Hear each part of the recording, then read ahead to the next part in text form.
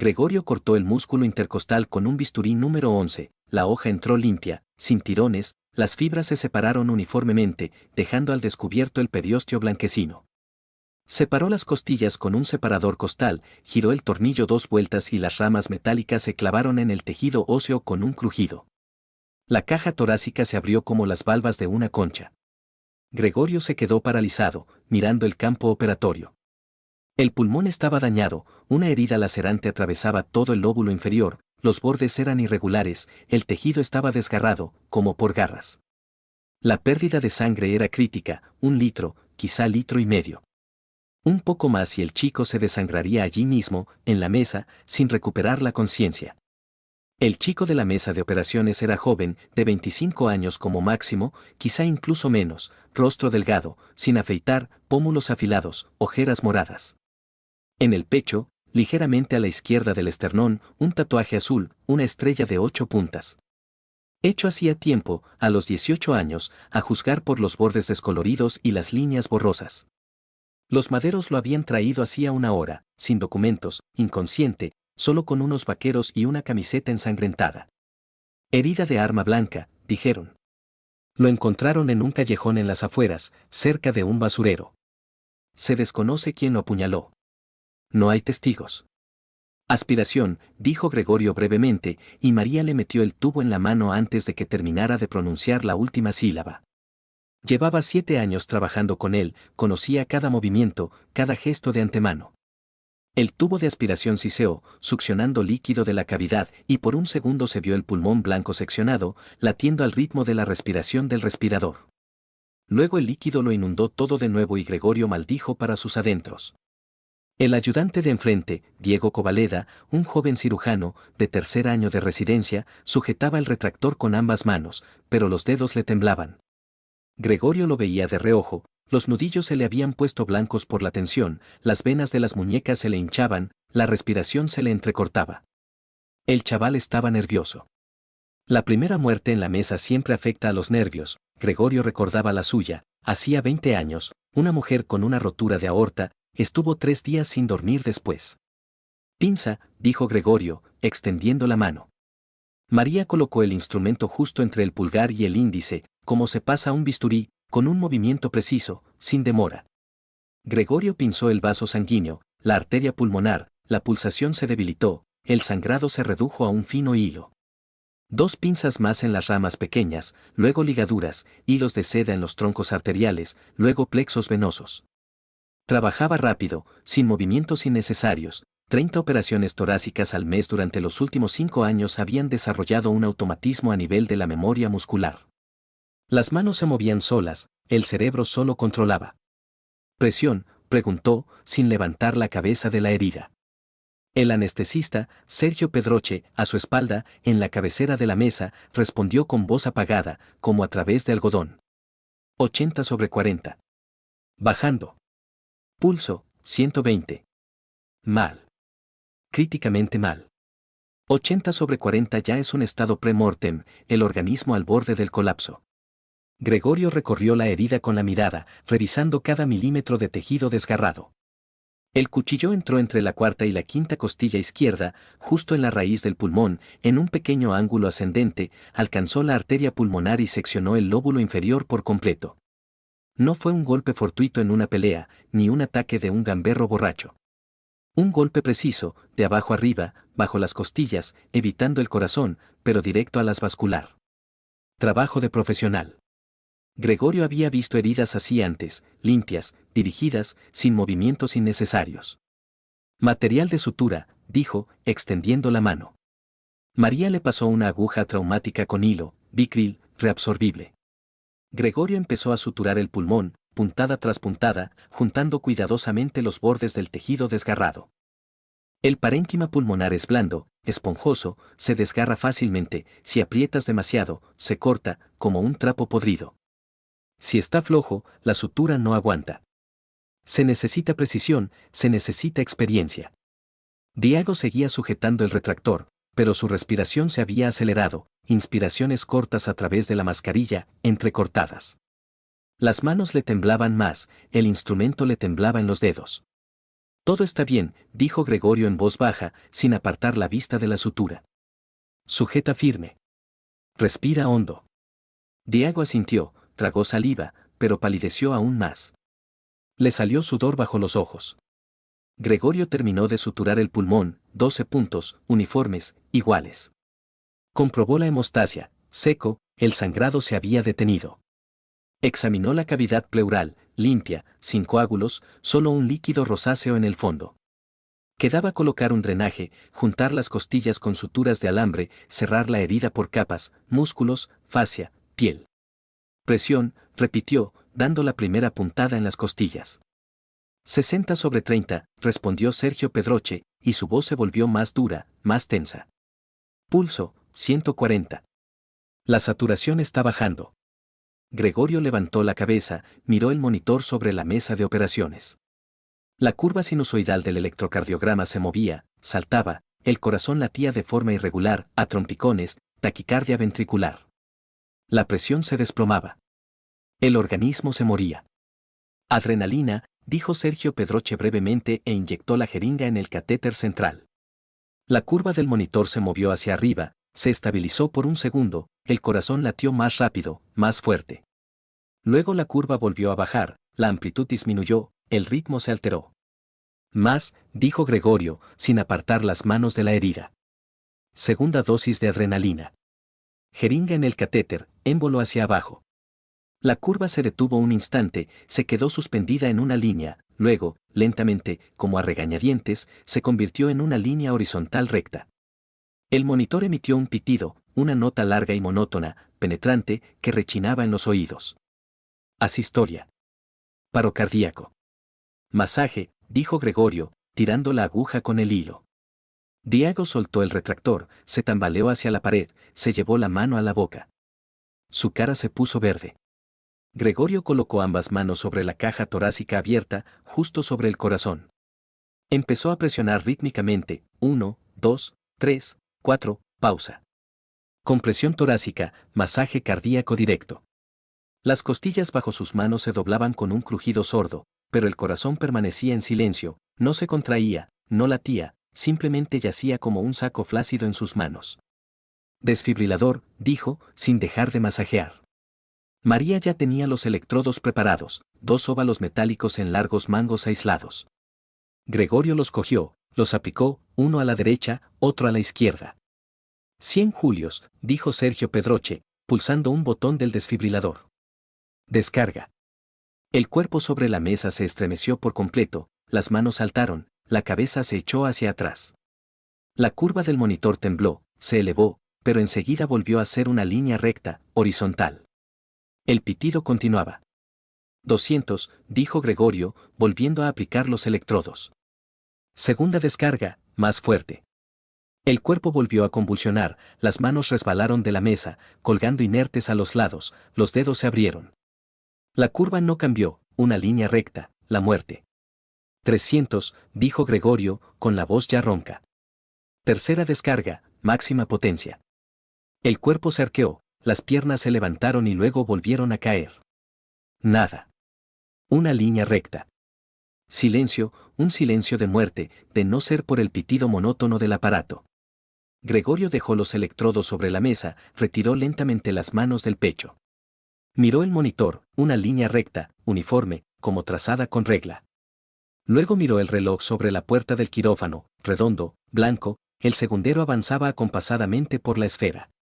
Las 4:23.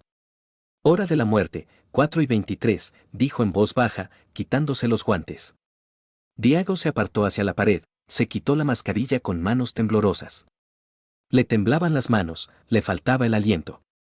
María, en silencio, empezó a recoger los instrumentos en una bandeja, pinzas, bisturíes, tijeras, sin mirar a la mesa, al cuerpo sin vida con el pecho abierto. Sergio Pedroche apagó el monitor y el pitido cesó bruscamente, dejando tras de sí un vacío ensordecedor. Gregorio se quitó el segundo guante, los tiró ambos a la bandeja amarilla para residuos biológicos, desató el delantal y lo tiró allí mismo. Salió del quirófano y se lavó las manos. En el pasillo olía a lejía y a algo dulzón, empalagoso, el olor del hospital, una mezcla de desinfectante, sudor, sangre y medicamentos. Bajo sus pies, el linóleo, gris, desgastado, con manchas. Las lámparas fluorescentes parpadeaban, zumbaban suavemente. Gregorio pasó junto a las habitaciones, tras las puertas se oían gemidos, toses, murmullos. La enfermera de guardia en el puesto levantó la cabeza, quiso decir algo, pero él pasó de largo, sin detenerse. Llegó a la sala de médicos, empujó la puerta con el hombro y entró. La habitación era pequeña, una mesa, 2 sillas, un diván junto a la pared, un armario con libros de medicina. La ventana daba al patio, a los contenedores de basura. Gregorio se sentó a la mesa, se cubrió la cara con las manos, se frotó los ojos. El cansancio le invadió de golpe, como un saco de cemento sobre los hombros. El turno había empezado ayer a las 8 de la mañana y ahora llevaba más de 24 horas sin dormir. Le zumbaba la cabeza, le palpitaban las sienes, le aparecían puntos negros en los ojos. La puerta se abrió sin llamar. Gregorio levantó la cabeza, entornó los ojos.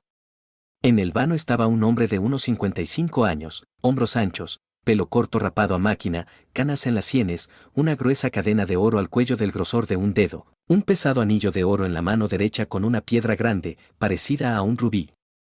Mirada dura, penetrante, ojos grises fríos como el hielo. Rostro tosco, curtido por el viento, una cicatriz en la ceja izquierda. Un traje caro, azul oscuro, que le sentaba como un guante. Tras él, 2 hombres con chaquetas de cuero negras, silenciosos, de hombros anchos, con las manos en los bolsillos. Guardaespaldas. ¿Moroso? Preguntó el hombre en voz baja, casi en un susurro. Voz grave, ronca, de fumador. En la entonación se notaba autoridad, la costumbre de mandar, de no tolerar réplicas. Gregorio se levantó lentamente, apoyándose con las manos en la mesa. Sí. Estanislao Froilán, dijo el hombre y entró, llenando todo el espacio de la pequeña habitación. El chico al que acaba de operar es mi sobrino. Máximo. Quiero verle. Gregorio negó con la cabeza. Está en la morgue. Primero, el protocolo de la autopsia. Mañana venga al registro, tramite los documentos y recoja el cuerpo. Froilán sonrió con sorna, una sonrisa torcida, sin calidez. Sacó del bolsillo interior de la chaqueta un sobre blanco, grueso, denso, y lo dejó sobre la mesa delante de Gregorio. El sobre cayó con un golpe sordo. 100.000, dijo Froilán en voz baja. Por el esfuerzo. Por haber intentado salvarle. Gregorio miró el sobre, luego a Froilán. En silencio, cogió el sobre y lo empujó de nuevo por la mesa. El papel susurró. Guárdeselo. Froilán arqueó las cejas, sorprendido, como si fuera la primera vez en su vida que oía una negativa. Cogió el sobre y, lentamente, lo volvió a guardar en el bolsillo. Miró a Gregorio largo rato, escrutándole, como si intentara leer algo en su rostro. Luego asintió lentamente. Honrado, dijo pensativo. Una rareza en nuestros tiempos. Le recordaré, doctor. Se dio la vuelta y salió. Los guardaespaldas le siguieron sin decir una palabra. La puerta se cerró con un suave clic. Gregorio volvió a sentarse, se frotó el puente de la nariz con los dedos índice y pulgar. Le dolía la cabeza, le palpitaban las sienes. Fuera amanecía, una mañana gris, desapacible, de octubre. La semana pasó rápido, al ritmo habitual, guardias cada 2 días, rondas, operaciones de urgencia por la noche, programadas por el día. Apendicectomía, colecistectomía, sutura de úlcera de estómago, resección de intestino. Las caras de los pacientes se confundían, los nombres se olvidaban. Trabajo. El viernes por la mañana, justo a las 9. Gregorio revisaba las salas de postoperatorio en la 4ª planta cuando María le llamó en el pasillo. Caminaba rápido, casi corriendo, con una carpeta de documentos en las manos. Gregorio, nuevo paciente, dijo, tendiéndole la carpeta. Acaba de ingresar. Habitación 8. Cáncer de pulmón, 4ª fase, metástasis múltiples. Gregorio cogió la carpeta, la abrió sobre la marcha. Apellido, Froilán, Estanislao Victoriano. 56 años. Se detuvo, volvió a leer. El mismo apellido. ¿Una coincidencia? Lo dudaba. Llegó a la habitación número 8, empujó la puerta. La habitación era doble, junto a la ventana había una cama ocupada. En la cama estaba sentado Estanislao Froilán, la misma mirada penetrante, la misma gruesa cadena de oro al cuello. Vestía un camisón de hospital, en la mesilla de noche había un teléfono, un paquete de cigarrillos, un encendedor de oro. Vio a Gregorio, sonrió con la misma sonrisa torcida. Doctor, dijo con sorna. Nos hemos vuelto a encontrar. El mundo es un pañuelo. Gregorio se acercó a la cama, abrió la carpeta por completo y empezó a leer con atención. Los análisis eran catastróficos, VSG 120, cuando lo normal es 15, hemoglobina 60, cuando lo normal es 140, marcadores tumorales 10 veces por encima de los valores permitidos. La tomografía computarizada mostraba un tumor en el pulmón derecho de 8 por 10 centímetros que había invadido la pleura y la pared torácica, con metástasis múltiples en el hígado, los huesos de la pelvis, la columna vertebral y las glándulas suprarrenales. Cuarta fase, terminal. ¿Cuánto me queda? Preguntó Froilán directamente. Dímelo como es. No me gusta que me mientan. Gregorio cerró la carpeta y miró a Froilán a los ojos. 3 meses. 4 como máximo, con quimioterapia agresiva. Froilán asintió con calma, como si hubiera escuchado el pronóstico del tiempo para mañana. Agradezco la verdad, dijo en voz baja. Quiero operarme. Corta, estirpa. Gregorio frunció el ceño y negó con la cabeza. La operación no ayudará. El tumor es inoperable, hay metástasis por todo el organismo. Solo la quimioterapia paliativa puede prolongar un poco el tiempo, reducir el dolor. Nada más. Froilán negó con la cabeza con obstinación y apretó los puños. Aún así, quiero. Quiero morir sabiendo que luché hasta el final y no simplemente tumbado esperando. ¿Vas a cortar o no? Gregorio suspiró y se frotó el puente de la nariz. Lo pensaré. Necesito consultarlo con un consejo médico. Froilán sonrió con ironía y se recostó sobre las almohadas. Piensa, doctor. Pero no tardes. Gregorio salió de la habitación, cerró la puerta tras de sí, se detuvo en el pasillo y se apoyó contra la pared. Fuera, al final del pasillo, amanecía, el cielo gris, bajo, con pesadas nubes sobre la ciudad. Su turno había terminado hacía una hora, era hora de irse a casa a dormir. Bajó las escaleras hasta la planta baja, salió del hospital por la entrada principal y cruzó el patio hasta el aparcamiento. Se subió a su viejo Honda, arrancó el motor tosió, traqueteó y luego se estabilizó. Condujo por la ciudad matutina. Aún no había atascos, era demasiado pronto, los semáforos parpadeaban en amarillo, en las aceras había pocos transeúntes con bolsas. 20 minutos hasta casa. Aparcó cerca de su portal, un edificio de 5 plantas, de ladrillo, antiguo, de la época soviética. Subió al tercer piso a pie, el ascensor llevaba medio año sin funcionar, nadie lo arreglaba. Abrió la puerta y entró. En el apartamento reinaba el silencio, casi la muerte. El recibidor estaba vacío, no estaban los zapatos de Laura, ni colgaba su abrigo. En el salón no había luz, las cortinas estaban echadas. Gregorio fue al dormitorio. La cama estaba hecha con esmero, las almohadas ahuecadas, la colcha lisa, sin una sola arruga. Sacó el teléfono del bolsillo y desbloqueó la pantalla. Un mensaje de Laura, recibido hoy a las 6 de la mañana. Me he quedado a dormir en casa de Patricia, tengo una reunión en la oficina temprano. Gregorio miró la pantalla durante un rato, volvió a leer. Hoy es viernes.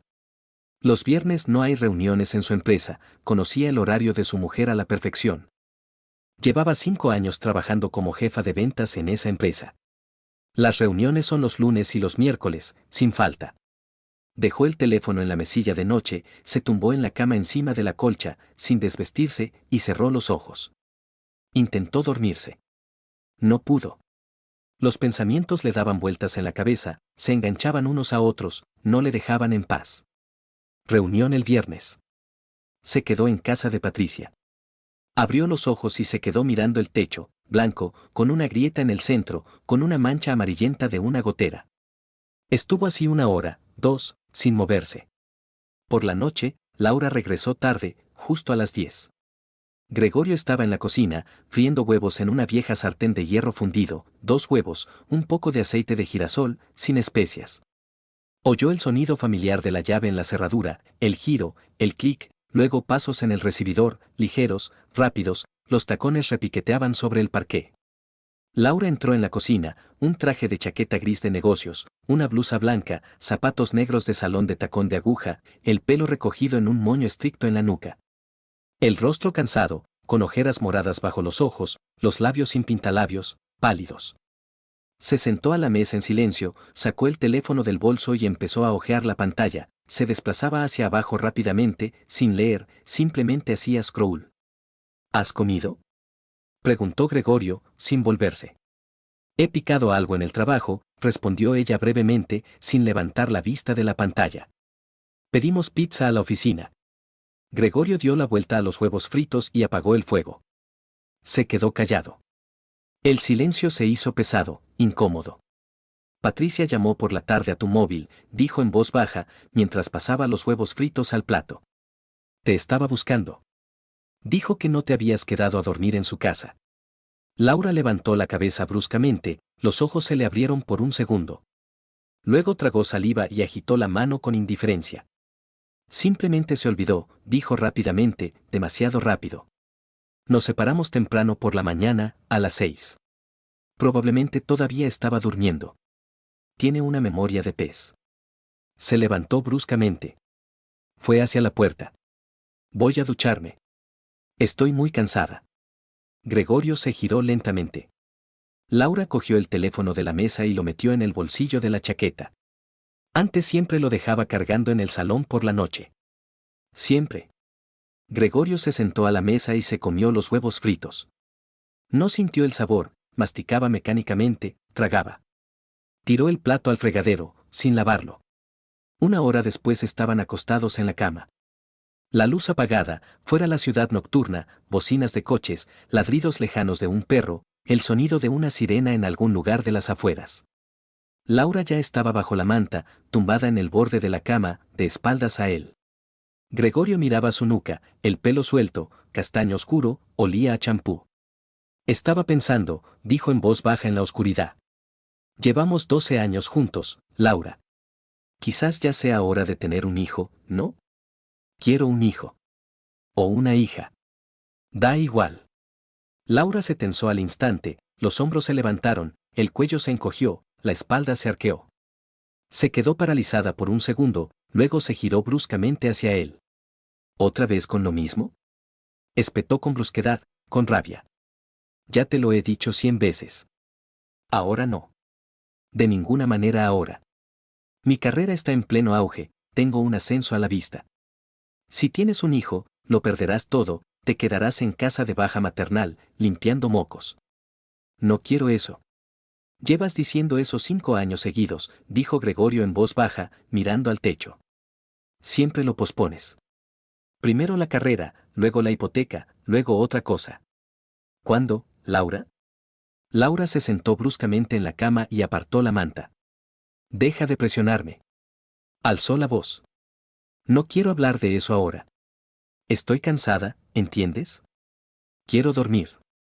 Se volvió a tumbar, se dio la vuelta hacia la pared y se tapó la cabeza con la manta.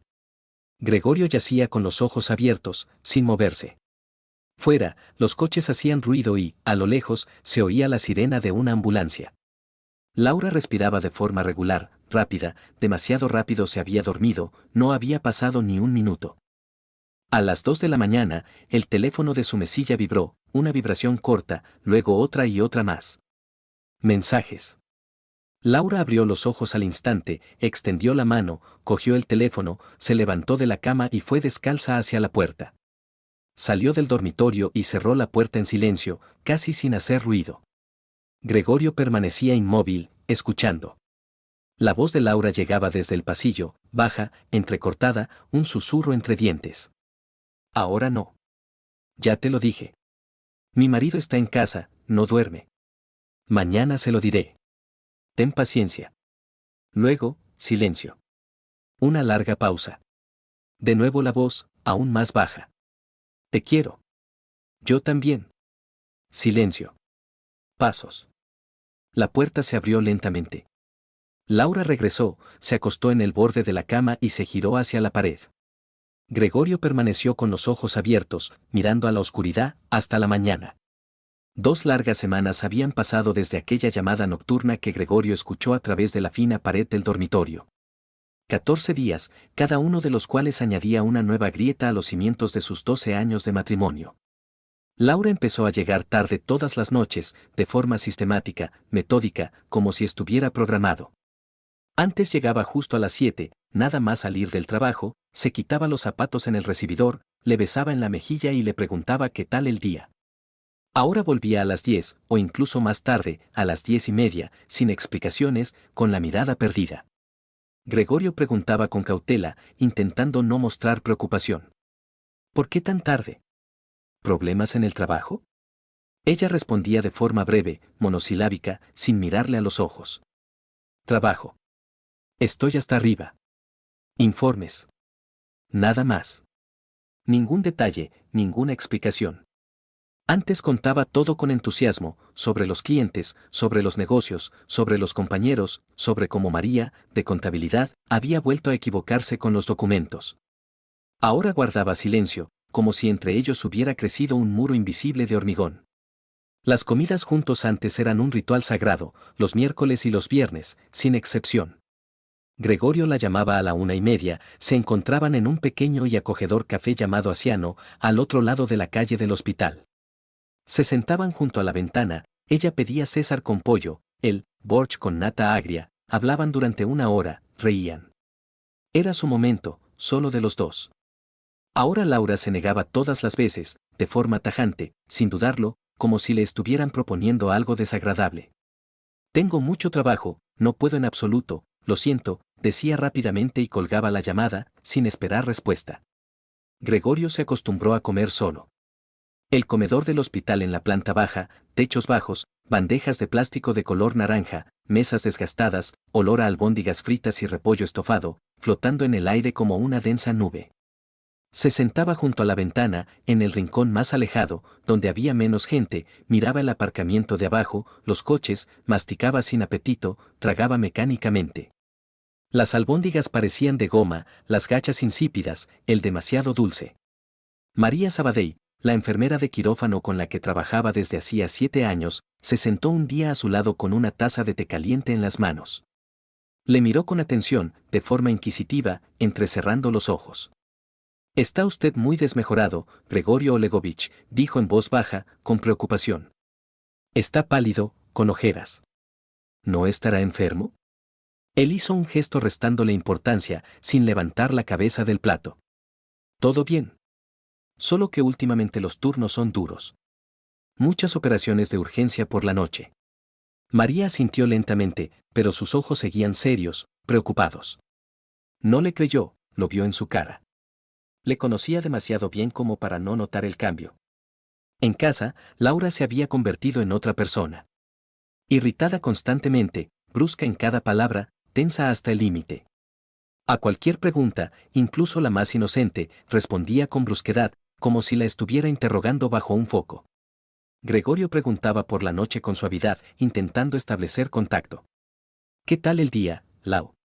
¿Algo interesante? Ella respondía por encima del hombro. Sin volverse. Normal. Y eso era todo. Ni una palabra más. Se sentaba frente al ordenador portátil en la mesa de la cocina o cogía el teléfono, se quedaba mirando la pantalla, se encerraba en sí misma por completo, se aislaba de él con un muro de silencio. La pantalla brillaba en la oscuridad, reflejándose en sus ojos con una fría luz azul. Los dedos tecleaban algo rápidamente, los labios se movían en silencio. A veces sonreía, una sonrisa corta, rápida, que Gregorio no veía desde hacía meses, cuando le miraba a él. Una noche intentó mostrar interés por su trabajo, abordarlo desde otro ángulo. ¿Qué tal en el trabajo? ¿Fernando Setién está contento con ese proyecto que habéis puesto en marcha? ¿Recuerdas que me contaste lo del centro comercial? Gregorio conocía a Fernando Victoriano Jover de las fiestas de empresa a las que había ido antes, hace unos 3 años, cuando Laura aún le llevaba con ella. Un hombre canoso de unos 50 años con un aspecto imponente, hombros anchos, un caro traje azul oscuro de Hugo Boss, camisa blanca como la nieve, gemelos de oro, una voz grave y segura y un apretón de manos autoritario. El director general de la constructora Construcciones Progreso. Laura trabajaba bajo sus órdenes directas desde hacía 5 años, desde la fundación de la empresa. Laura se estremeció bruscamente, como si le hubiera dado una descarga eléctrica, levantó la cabeza del teléfono, sus ojos se abrieron de par en par. ¿De dónde sabes lo de ese proyecto? Espetó rápidamente, casi con agresividad. Gregorio se sorprendió sinceramente, frunció el ceño. ¿Cómo que de dónde? Tú misma me lo contaste hace una semana, en la cena. Lo del centro comercial en De los Huertos. ¿Lo has olvidado? Laura le miró fijamente durante un segundo, estudiando su rostro, como comprobando si mentía. Luego asintió rápida, demasiado rápido, varias veces. Ah, sí, claro. Lo siento, lo había olvidado. ¿Está contento? Sí. Todo va según lo previsto. Se giró bruscamente, volvió al teléfono, los dedos volvieron a correr por la pantalla. Gregorio se sentó enfrente, mirando su nuca, su cuello tenso, su espalda encorvada. Algo no iba bien. Algo definitivamente no iba bien. Al día siguiente, Gregorio tomó una decisión, la recogería del trabajo. De forma inesperada, como sorpresa, como antes, en los primeros años de matrimonio. Quizá podrían pasar la tarde juntos, como personas normales, ir a cenar a algún sitio, al cine, o simplemente pasear por el paseo marítimo. Recordaba perfectamente como antes lo hacían cada semana, él iba a la oficina sin avisar, ella salía, veía su coche, su rostro se iluminaba con una amplia sonrisa, sus ojos brillaban, corría hacia él, se subía al coche, lo abrazaba con fuerza, lo besaba en los labios, olía a perfume y a felicidad. Fue directamente después del turno de tarde, justo a las 8. La oficina de Construcciones Progreso estaba situada en pleno centro de la ciudad, en la avenida de Lenin, un gran edificio moderno de cristal de 10 plantas, ventanas espejadas, una amplia zona de aparcamiento asfaltada frente a la entrada principal, con un guardia de seguridad en la garita. Gregorio aparcó su viejo Honda en la esquina más alejada, lejos de las farolas, apagó el motor, se reclinó en el asiento y esperó, observando la entrada. 10 minutos pasaron lentamente. La gente salía poco, de uno en uno, el edificio estaba casi completamente vacío a esas horas, la jornada laboral había terminado hacía tiempo. El guardia de seguridad de la garita leía el periódico, bostezaba. Entonces, la enorme puerta de cristal de la entrada principal se abrió y salió Laura. Junto a ella iba un hombre, canoso, alto, de espaldas anchas, un caro traje azul oscuro que le sentaba como un guante, camisa blanca sin corbata, el cuello superior desabrochado, zapatos negros caros. Fernando Victoriano Jover. Gregorio lo reconoció al instante, sin dudarlo, los mismos movimientos seguros, la misma postura, el mismo andar autoritario. Se detuvieron junto a un brillante Mercedes Clase S negro, aparcado justo en la entrada. Jover decía algo, gesticulaba con la mano, Laura reía, fuerte, sonora, echaba la cabeza hacia atrás, se tocaba la garganta con la mano. Gregorio no oía la risa a través de la ventanilla cerrada del coche, pero veía que reía como no lo hacía en casa desde hacía un año, quizá más. Entonces, Laura extendió la mano lentamente, con naturalidad, y tocó el antebrazo de Jover a través de la chaqueta, no por casualidad, no fugazmente, no como una compañera a un compañero. Mantuvo la palma de la mano allí durante 1, 2, 3 segundos. Los dedos se cerraron, acariciaron la tela. Era un contacto íntimo, tierno, familiar. El contacto de una persona que tiene derecho a tocar así. Jover sonrió y cubrió la mano de ella con la suya. Se quedaron así unos segundos, mirándose a los ojos. Después, ambos se subieron al coche, Jover al volante y Laura en el asiento del copiloto. Las puertas se cerraron al mismo tiempo. El Mercedes arrancó con un rugido suave, los faros se encendieron con una luz blanca brillante, el coche salió suavemente del aparcamiento, giró a la izquierda en la avenida y desapareció tras la esquina del edificio, disolviéndose en el tráfico nocturno. Gregorio se quedó inmóvil, paralizado. Las manos en el volante, los dedos apretados hasta que los nudillos se pusieron blancos, sin aliento. Tenía un zumbido en la cabeza, un pitido en los oídos. Miraba el espacio vacío donde hacía un segundo estaba el Mercedes. Lentamente, sacó el teléfono del bolsillo con dedos temblorosos, desbloqueó la pantalla, buscó el número de Laura en los contactos y pulsó llamar. Se llevó el teléfono a la oreja. Sonó el tono, 1, 2, 3 tonos largos. Ella contestó al cuarto. Sí. La voz tensa, baja, cautelosa. En el teléfono se oía claramente el ruido del motor de un coche, un zumbido sordo. ¿Dónde estás?, preguntó Gregorio, intentando mantener la voz firme. Una pausa. Un segundo, dos. Después. En el trabajo. Terminando el informe trimestral. Me retrasaré una hora más. ¿Estás sola allí? Laura, irritada, bruscamente. Claro que estoy sola. ¿Por qué llamas? Estoy ocupada, no me distraigas. Colgó el teléfono, pitidos. Gregorio bajó lentamente el teléfono a su regazo, lo puso sobre los vaqueros. Miraba el aparcamiento vacío y oscuro frente a él a través del parabrisas. Las farolas se apagaban automáticamente una tras otra. Se hizo muy oscuro, el cielo se volvió negro. Se quedó allí inmóvil durante 15 minutos, quizá 20, no contó el tiempo. Luego arrancó el motor tosió, traqueteó. Salió del aparcamiento y condujo lentamente a casa, sin superar el límite de velocidad. Durante los 3 días siguientes no sacó el tema, no hizo preguntas, no habló de lo que había visto. Guardó silencio. Laura llegaba tarde todas las noches, a las 10, a veces más tarde, silenciosa, distante, como si sus pensamientos estuvieran muy lejos. Cenaba rápido, de pie junto a la cocina, sin sentarse a la mesa, masticaba maquinalmente.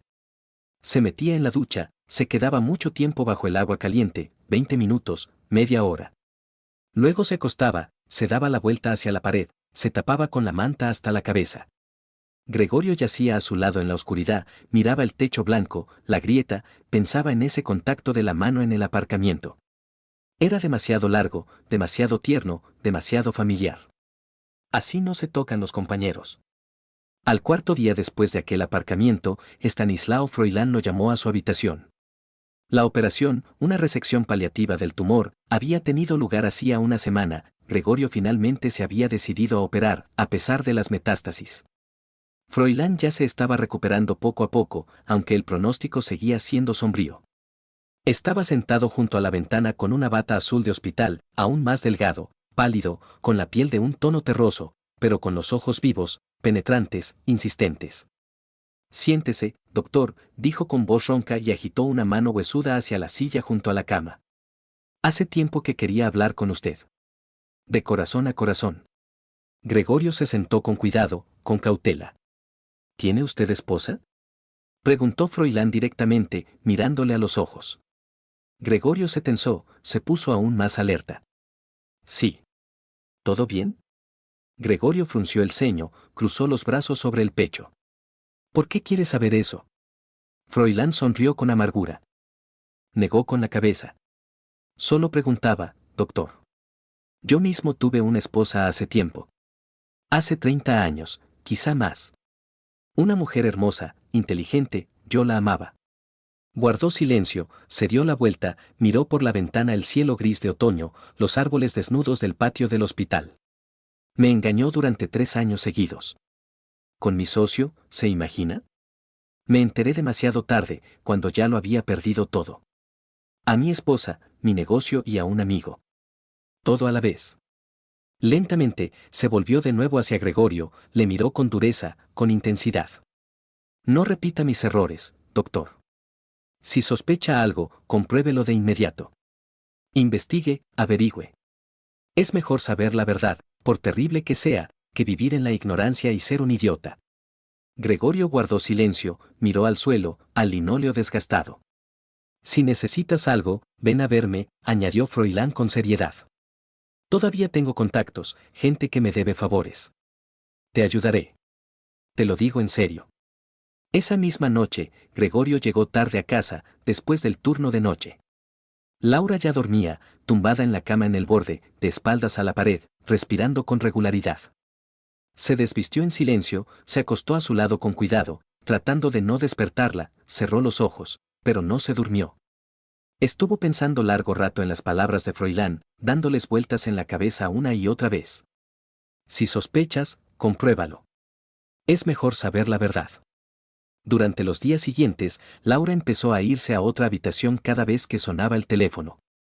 En cuanto el teléfono vibraba o sonaba, se levantaba de golpe, cogía el auricular, se iba rápidamente al pasillo o se encerraba en el cuarto de baño, cerrando la puerta con el pestillo. Gregorio oía fragmentos de la conversación a través de la fina pared, una voz baja, casi un susurro. No puedo hablar ahora. O bien. Nos vemos mañana. O, aún más bajo. Yo también te echo de menos. Mucho. Una mañana de sábado, Gregorio estaba buscando su camisa blanca para ir a trabajar en el gran armario del dormitorio. Estaba rebuscando en el estante superior, moviendo pilas de ropa cuidadosamente doblada, jerseys, blusas, camisetas. Sin querer, golpeó el borde de una caja, que se movió y se abrió. Dentro había lencería, negra, de encaje, cara, obviamente no de un mercado de masas, fina, transparente, con adornos de encaje. Un sujetador con aros, medias con liguero. Él nunca había visto nada parecido, nunca, en 12 años. Laura nunca había usado algo así en casa, delante de él, solo conjuntos sencillos y cómodos de algodón, negros o beiges, sin lujos, sin adornos. Esto era para otra persona. Cerró lentamente la caja, la volvió a meter, la cubrió con una pila de jerseys. Cerró el armario, se vistió y se fue a trabajar en silencio. Por la noche, volvió a la habitación de Froilán. Estaba tumbado en la cama boca arriba, débil, respirando con dificultad, con un sonido sibilante, deteniéndose cada pocos segundos, como si se olvidara de cómo respirar. Pero vio entrar a Gregorio, giró lentamente la cabeza, lo reconoció y asintió. Siéntate, doctor, dijo con voz ronca. Gregorio se sentó en el borde de la cama. Se quedó callado durante un rato, sin saber por dónde empezar. Cuéntame, dijo Froilán en voz baja. Veo en tu cara que algo ha pasado. Gregorio se lo contó. Despacio, con todo lujo de detalles. Las llamadas telefónicas por la noche, el aparcamiento cerca de la oficina, Jover, el roce de la mano, la lencería en el armario, las mentiras. Froilán escuchó atentamente, sin interrumpir ni una sola vez, solo asintiendo de vez en cuando. Cuando Gregorio se calló, Froilán se quedó en silencio durante unos segundos, pensando. Luego asintió lentamente. ¿Y qué quieres, doctor? Dijo con seriedad, mirando al techo. ¿Que te está engañando con ese Jover? Gregorio frunció el ceño bruscamente y se inclinó hacia adelante. ¿Sabes algo en concreto? Habla claro. Froilán sonrió débilmente y negó con la cabeza. Pero si tú mismo lo has contado todo, doctor. Bueno. Compruébalo tú mismo el próximo miércoles, lo verás todo con tus propios ojos. La semana siguiente pasó como en una niebla. Gregorio iba a trabajar, operaba a los pacientes mecánicamente, visitaba las salas. Hablaba con los familiares, pero sus pensamientos estaban solo en una cosa, los miércoles. Recordaba atentamente, en efecto, en los últimos 2 meses, quizá 3, Laura siempre llegaba tarde los miércoles. Siempre. Llegaba más tarde que nunca, a las 11, a medianoche. Siempre los miércoles. El lunes por la noche, Froilán volvió a llamarle. Estaba sentado en la cama, apoyado en las almohadas, aún más pálido y débil que hacía una semana. Respiraba entrecortadamente, a trompicones, con los labios amoratados. Su estado empeoraba rápidamente, las metástasis crecían, a pesar de la operación. Tengo un conocido, dijo en voz baja, con dificultad para pronunciar las palabras. Trabaja como jefe de recepción en el Hotel Alfa en la avenida de Moscú. Si necesitas algo, este es su teléfono directo. Sacó de la mesilla de noche un pequeño trozo de papel blanco, doblado en 4, y se lo tendió a Gregorio con mano temblorosa. En el papel estaba escrito un número de teléfono con un bolígrafo negro, nada más. Dile que vas de mi parte, de Estanislao Froilán. Te ayudará seguro. Me debe mucho. Gregorio cogió lentamente el papel, lo desdobló, miró los números, lo volvió a doblar y se lo metió en el bolsillo del pecho de la bata blanca. El miércoles, repitió Froilán lentamente, mirando a Gregorio directamente a los ojos.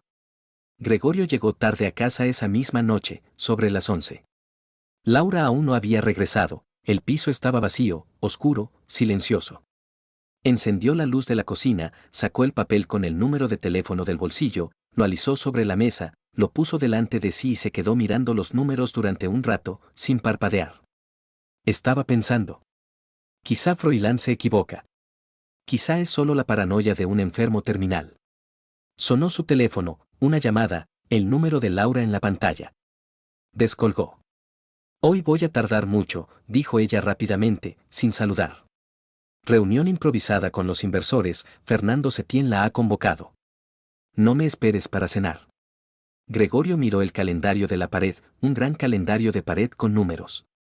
Lunes. Hoy es lunes. ¿Y mañana también vas a llegar tarde? Preguntó lo más tranquilamente posible, tratando de no delatar la agitación en su voz. Laura guardó silencio durante unos segundos. Luego. Supongo que sí. ¿Por qué? ¿Por qué preguntas? Solo preguntaba. Quería saber los planes para la semana. Ella colgó el teléfono con irritación, sin despedirse. Gregorio dejó lentamente el teléfono sobre la mesa, junto al trozo de papel. Se quedó sentado inmóvil a la mesa. Miró el trozo de papel con el número de teléfono durante un rato, 10, 15 minutos. Luego lo cogió lentamente, lo dobló cuidadosamente por la mitad, lo guardó en la cartera, en el compartimento para billetes, escondido detrás de la tarjeta de crédito. Pronto será miércoles. La seguirá. Discretamente, desde la distancia. Lo verá con sus propios ojos. Sabrá la verdad. Sea cual sea. Gregorio llamó al jefe de servicio el miércoles por la mañana. No me encuentro bien, dijo. Voy a coger un día libre. El jefe de servicio aceptó. Gregorio colgó el teléfono, se vistió y salió de casa. Laura se había ido hacía una hora, como de costumbre. Se subió al coche y condujo hasta el centro. A la oficina de construcciones Progreso. Aparcó al otro lado de la calle, bajo los árboles, donde el coche no se veía desde el aparcamiento. Apagó el motor y esperó. La gente salía poco, la hora de la comida había terminado. Gregorio miraba las puertas de cristal, con las manos apretando el volante. La puerta se abrió. Salió Laura.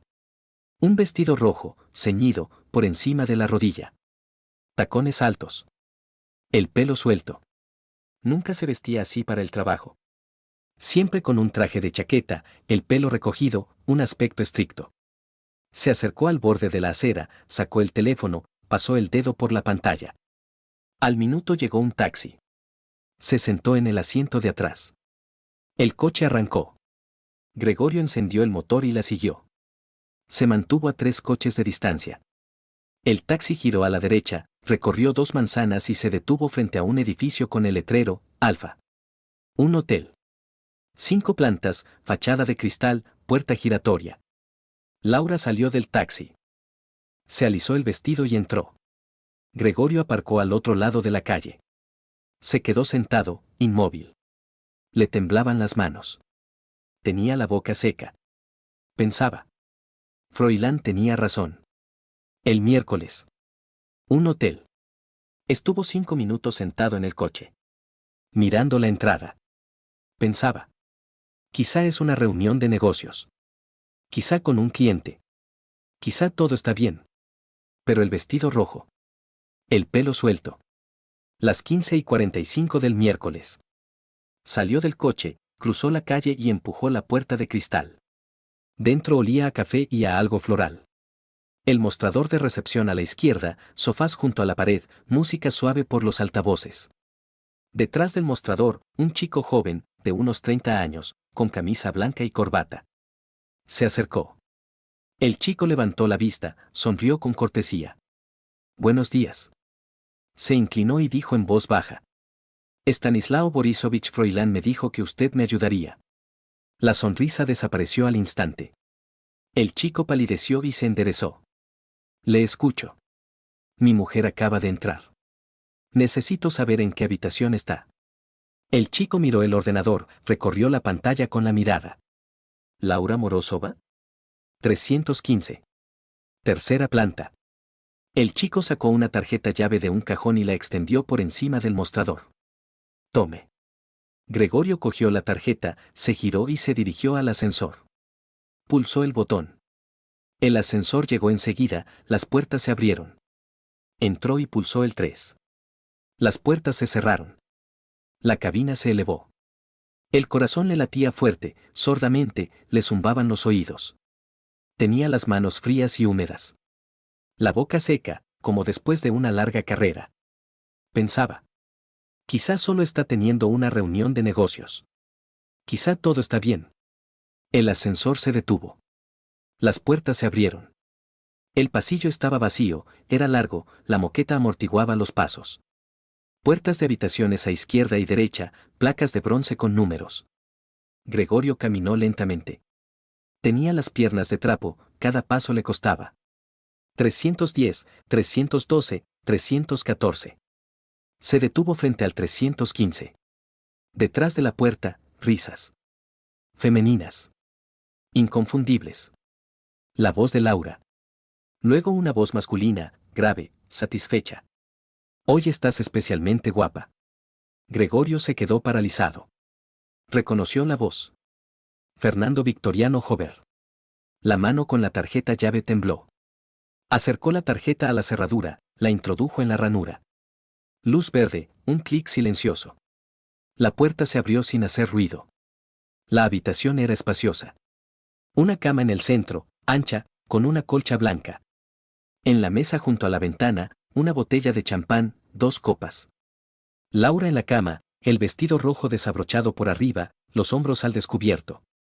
Fernando Victoriano Jover a su lado, la camisa desabrochada, el cinturón desabrochado. Estaba de pie en la puerta. No podía moverse. El mundo se detuvo. Los sonidos desaparecieron. Solo el latido de su corazón en los oídos. 3 segundos de silencio. Jover lo vio. Se apartó de Laura, se giró bruscamente. ¿Qué demonios? La voz fuerte, asustada. Laura se gira. Ve a Gregorio. Su cara se pone blanca al instante. Sus ojos se abren. Su boca se abre. Gregorio. La voz baja, ahogada. Gregorio habla en voz baja, casi en un susurro. ¿Cuánto? Laura guarda silencio. Le tiemblan los labios. Se abrocha el vestido convulsamente, los dedos no le obedecen. Gregorio habla más alto. ¿Cuánto tiempo? Jover respondió. Las 16:05. Gregorio se ríe. Un sonido corto, brusco, histérico. Así que aquí tenéis un monólogo. Jover se levanta de la cama, se abrocha la camisa. Intenta tomar la iniciativa, su voz es firme, casi condescendiente. Escucha, tío, hablemos con calma. Gregorio le da un puñetazo en la cara. Con todas sus fuerzas. Jover cae de nuevo sobre la cama, se agarra la nariz con ambas manos. Laura grita. Para. ¿Qué estás haciendo? Gregorio se gira hacia ella. Tiene los ojos rojos, la cara deformada, la mandíbula apretada. Cállate. ¿Cuánto tiempo llevas engañándome? ¿1 año? 2. Laura llora, el rímel se le corre por las mejillas. 6 meses. Gregorio, lo siento, no quería, fue un accidente. Gregorio coge una botella de champán de la mesa y la vierte sobre la cabeza de su mujer. Jover se levanta de la cama, se tapa la nariz con un pañuelo. Habla con voz apagada, a través del pañuelo. Basta de dramas. Eres un adulto. Todo pasa. Arreglémoslo como personas civilizadas. ¿Cuánto quieres? ¿100,000? ¿200? Gregorio lo mira. En sus ojos hay odio, puro, abrasador. ¿Crees que se trata de dinero? Te has acostado con mi mujer. Jover se encoge de hombros. Ella quería. Yo no tengo la culpa. Adultos, todo consentido. Gregorio se inclina hacia Jover.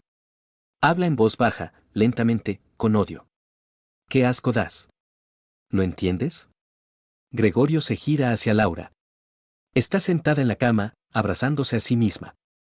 Su cara está llena de lágrimas, el rímel en rayas negras. El pelo revuelto. Gregorio dice fríamente. Recoge tus cosas hoy. Gregorio, perdóname, podemos arreglarlo. Se giró, se dirigió a la puerta. La abrió y salió. La puerta se cerró de golpe. El pasillo estaba vacío. Silencio. Gregorio se quedó inmóvil, le temblaban las manos. Tenía un sabor metálico en la boca. Se dirigió al ascensor, pulsó el botón. Esperó, entró, bajó. Salió del hotel, se subió al coche. Encendió el motor. Se fue a casa. Gregorio llegó a casa a las 6 de la tarde. El piso estaba vacío, silencioso. Entró en el dormitorio. El teléfono vibró. Laura. No contestó. Al minuto, de nuevo. No contestó. 10 llamadas más en toda la noche. Desactivó el sonido. Por la noche llegaron mensajes de texto. 20. Leyó el primero. Gregorio, por favor, habla conmigo. No abrió los demás. Por la mañana, un nuevo mensaje de texto. Necesito recoger mis cosas. Él respondió.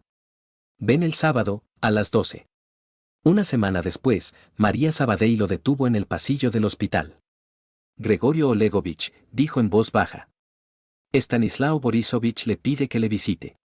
Gregorio subió a la habitación. Froilán estaba tumbado bajo una mascarilla de oxígeno, con la cara gris y los ojos hundidos. Vio a Gregorio y levantó la mano débilmente.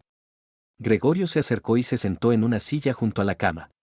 Froilán se quitó la máscara, respiraba con dificultad, con un sonido sibilante. Doctor, dijo. Mañana ya no estaré aquí. Lo sé. Lo siento. Gregorio quiso replicar, pero Froilán hizo un gesto con la mano. No discutas. Tengo algo para ti. Se estiró hacia la mesilla de noche, abrió el cajón y sacó un sobre. Grueso, amarillo. El expediente de Jover. Corrupción, sobornos, empresas fantasma. Todo documentado. Le tendió el sobre a Gregorio. Dáselo a su mujer, a Rose Jover. Ella es la principal fundadora de Construcciones Progreso. Todo depende de ella. Que se encargue de su marido. Gregorio cogió el sobre. Este es mi último favor, añadió Froilán. Guardó silencio, se puso la máscara, respiró oxígeno. Se la quitó de nuevo. Y una cosa más. Mi casa, ahora es tuya. Los documentos están en poder del abogado Pedro, aquí tiene su teléfono. Sacó un papel de la mesilla de noche y se lo tendió. Allí vive una chica, Laura. 17 años. Hija de mi amigo Víctor. Murió hace un mes de tuberculosis. La chica se ha quedado sola. Cuídala. Gregorio asintió. La cuidaré. Froilán sonrió. Sabía que dirías eso. Cerró los ojos. Por la mañana, María informó de que Froilán había muerto a las 4. Mientras dormía. En silencio. El sábado, a las 11:55, Gregorio bajó a la portería. Llevó 5 cajas de cartón y las colocó junto a la pared. Mi mujer vendrá, dijo. Que se las lleve. La portera asintió. Exactamente a las 12, Laura entró en el vestíbulo. Gregorio estaba junto a la escalera, esperando. Parecía agotada. Ojeras, el pelo recogido con descuido, sin maquillaje. Vaqueros, una chaqueta. Antes no vestía así. Lo vio y se detuvo. Gregorio, dijo en voz baja. Él guardó silencio. Lo siento. Me equivoqué. Dame otra oportunidad. Él se dio la vuelta y se dirigió a la escalera. Gregorio, espera. Él no se detuvo. Subió al tercer piso, entró en el piso y cerró la puerta. 2 meses después, Gregorio se mudó a la casa de Froilán. De 2 plantas, de ladrillo, sector privado, patio vallado. El abogado Pedro tramitó los documentos rápidamente, todo estaba preparado de antemano. En el patio había una dependencia separada. Gregorio llamó a la puerta. Abrió una chica, delgada, pelo rubio hasta los hombros, ojos asustados. ¿Laura? Preguntó Gregorio. Ella asintió. Soy Gregorio Morozov. Stanislao Borisovich me dejó la casa. Me pidió que te cuidara. Laura guardó silencio, mirando al suelo. ¿Estudias? Preguntó Gregorio. Sí. Estoy en un 10º curso. En el colegio 87. Bien. Tramitaré la tutela. Si necesitas algo, dímelo. Laura levantó la cabeza y lo miró por primera vez. Gracias, dijo en voz baja. María Sabadell vino a ayudar con la mudanza. Trajo a su hijo Diego, un niño de 5 años, ruidoso, alegre. Corría por el patio, reía, perseguía palomas. Laura salió y miró al niño. Diego corrió hacia ella. Hola. ¿Cómo te llamas? Laura. ¿Quieres jugar? Laura sonrió por primera vez. Sí, quiero. María estaba de pie junto a Gregorio, mirando a los niños. ¡Qué casa tan bonita!, dijo. Sí, respondió Gregorio. Ella lo miró. ¿Podrás con esto? Sí, podré. Una semana después, Gregorio envió el expediente por mensajería. Dirección del destinatario, Rosa Jover, principal fundadora de Construcciones Progreso. Sin remitente, sin nombre del remitente. Un mes después, la noticia apareció en los periódicos locales. Una auditoría revela irregularidades por valor de 20 millones. El director general de Construcciones Progreso, Fernando Jover, destituido. Se ha abierto una causa penal. Gregorio estaba leyendo el artículo en el desayuno. María estaba sentada enfrente con una taza de té. ¿Es ese Jover?, preguntó. Ella asintió y no preguntó nada más. Un mes más tarde, llamaron a Laura al trabajo. Carlos Jover, el nuevo director general, hijo de Fernando. Venga a mi despacho, dijo brevemente. Laura subió al 7º piso. Entró. Carlos estaba sentado a la mesa, con una carpeta delante. Siéntese, dijo sin levantar la cabeza. Laura se sentó. Sus servicios ya no son necesarios. Escriba una solicitud de renuncia voluntaria. Laura palideció. Tengo un contrato. Carlos abrió la carpeta, sacó unos papeles y los arrojó sobre la mesa. Rescindido. Motivo: no cumple con los requisitos del puesto. Fírmelo o lo haremos por vía judicial. Laura cogió un bolígrafo y firmó con mano temblorosa. Por la noche llamó a Gregorio. Él contestó, sin pensarlo. «Eres tú», gritó ella. «Lo has destruido. Me has destruido». Él colgó. Bloqueó el número. Al día siguiente, Laura fue a casa de sus padres. Su madre, Ana, la recibió en el porche, con los brazos cruzados sobre el pecho. «¿Qué ha pasado?», preguntó fríamente.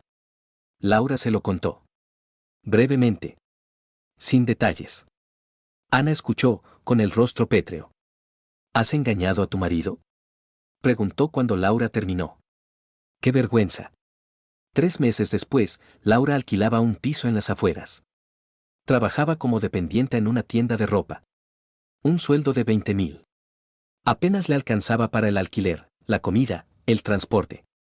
Un sábado estaba detrás del mostrador. Fuera era invierno, nevaba, hacía frío. Había poca gente. Miraba el escaparate.